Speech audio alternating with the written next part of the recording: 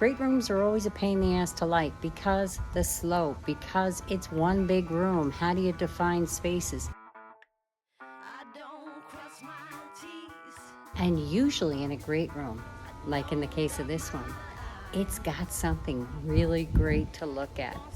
So this really clever subscriber hits me with this email that hooks me from the start. He says, "How few lights can I get away with in my great room?"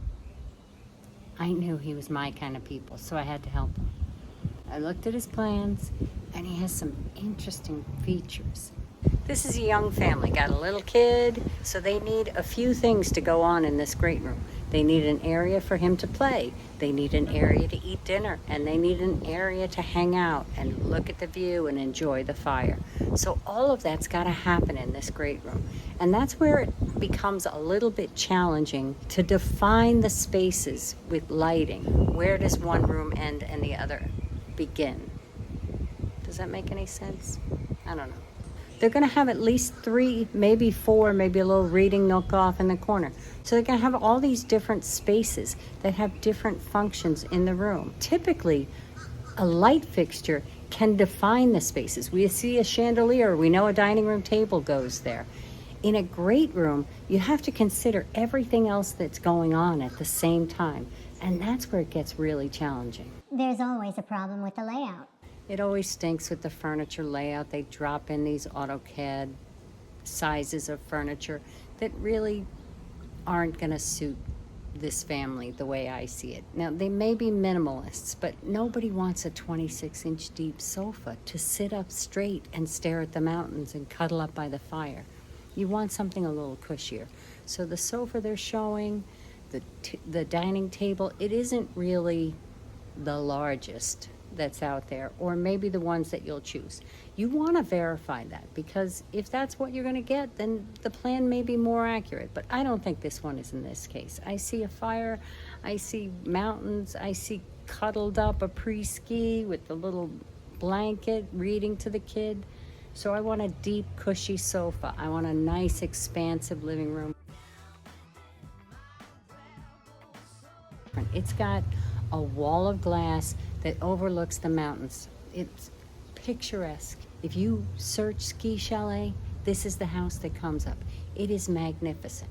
It's an addition to an old cabin. One of the secrets I found out was they're going to use part of the old cabin, the exterior of the old cabin. That's these gorgeous cedar planks in the new addition. So that's going to be part of the great room. In addition to having a fabulous view out one side, it's got this magnificent wall of wood behind you. So there's a lot of things going on that we want to really accent. When you're lighting a space, you want to look at all the different pathways. How you get from one end to the other, one light switch to the next, one entrance to the exit, all of that. So follow the paths, kitchen to the bedrooms, front door to the kitchen, kitchen to the living room to the bedrooms.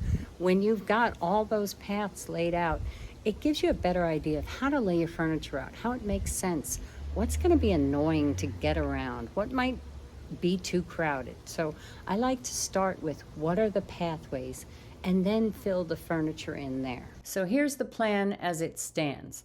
And the furniture, it's too small for the space. It's not the right scale.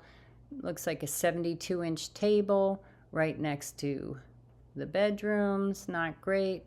I tried this out with the dining room table here, but the amazing view is there. In the end, I came up with a plan that I think works. The family's going to have to look at it and see for themselves. And that's something you always want to remember. It's your house. You know better than anybody else out there what's going to work for you. They're experts. They know things. They can help you.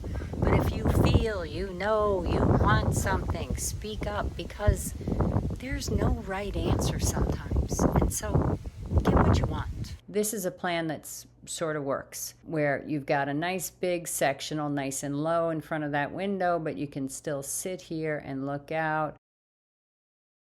The sectional here, maybe a love seat or another sofa here, maybe a chair. I don't know how much room you got there, 5 feet. Yeah, you could definitely do a little reading chair with a lamp.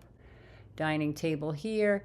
and the kids' play area behind the dining area. That way it's hidden from view when you come in the front door. Kids' toys aren't exactly the first thing you see. It'd be a little bit obstructed by some chairs. Stops your eye. We've got the fabulous cedar wall here.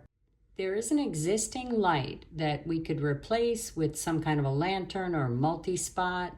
Some sconces that are up and down would be ideal.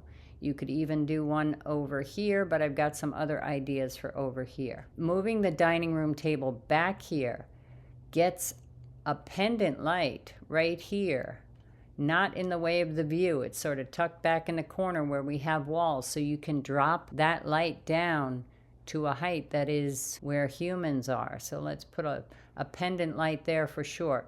You can get a table lamp here. Now you've got the wood stove here.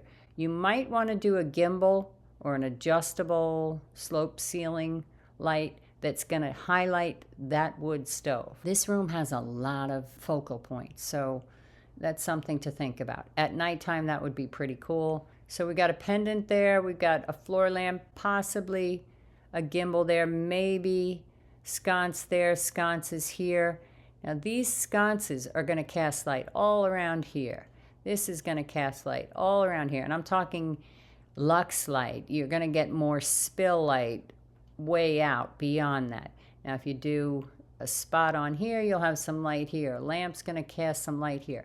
If you want, you could. We have the vault going down the middle. Because we pushed the living room back a little bit, push this sofa back a little bit here, sort of made this living area a little bit bigger.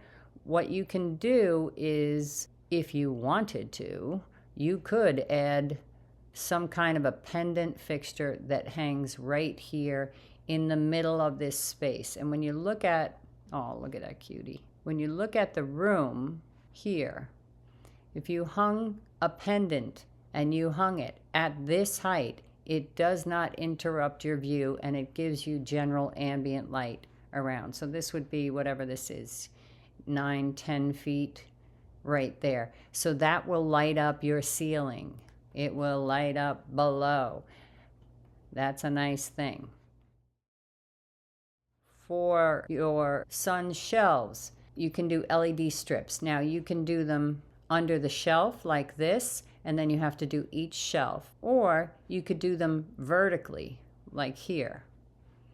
And this is nice because then you can do wood shelves and each shelf gets light. You don't want to do glass shelves if these are going to be for a child to store their toys and to bang stuff around. If you go with the pendant there, that would cast light all around this space. Look at this room starting to fill. We've got the LED lights over here, which are going to cast a glow all around this area. This room is starting to fill up with light. Now, you can see a little bit of a bald space here and here. And this is where I have one more idea for the room. Along this wall here and this wall here is to run LED tape, which will go up and down. So you run a strip along here, a strip along here, and it will give you up and down light.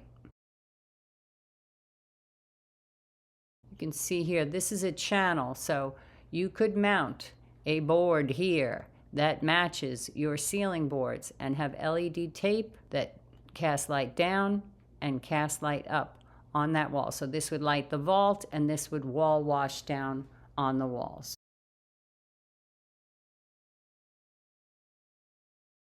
So you can see it here. You could also do this at the back of the shelves. This is for a shelf here. You've got up lighting and down lighting for a nice, soft light. For over in your son's area, to have lights, floor lamps that have light at the height of little people, or some of these globes, they're gonna accent not only where he's working, but the corner of this room so that the room feels bigger. There are your options, and aside from perhaps one recessed can here and one recessed can here, you could leave this entire ceiling without a single recessed can and live a happy life. So I hope that helps. Thanks so much for watching. See you next time.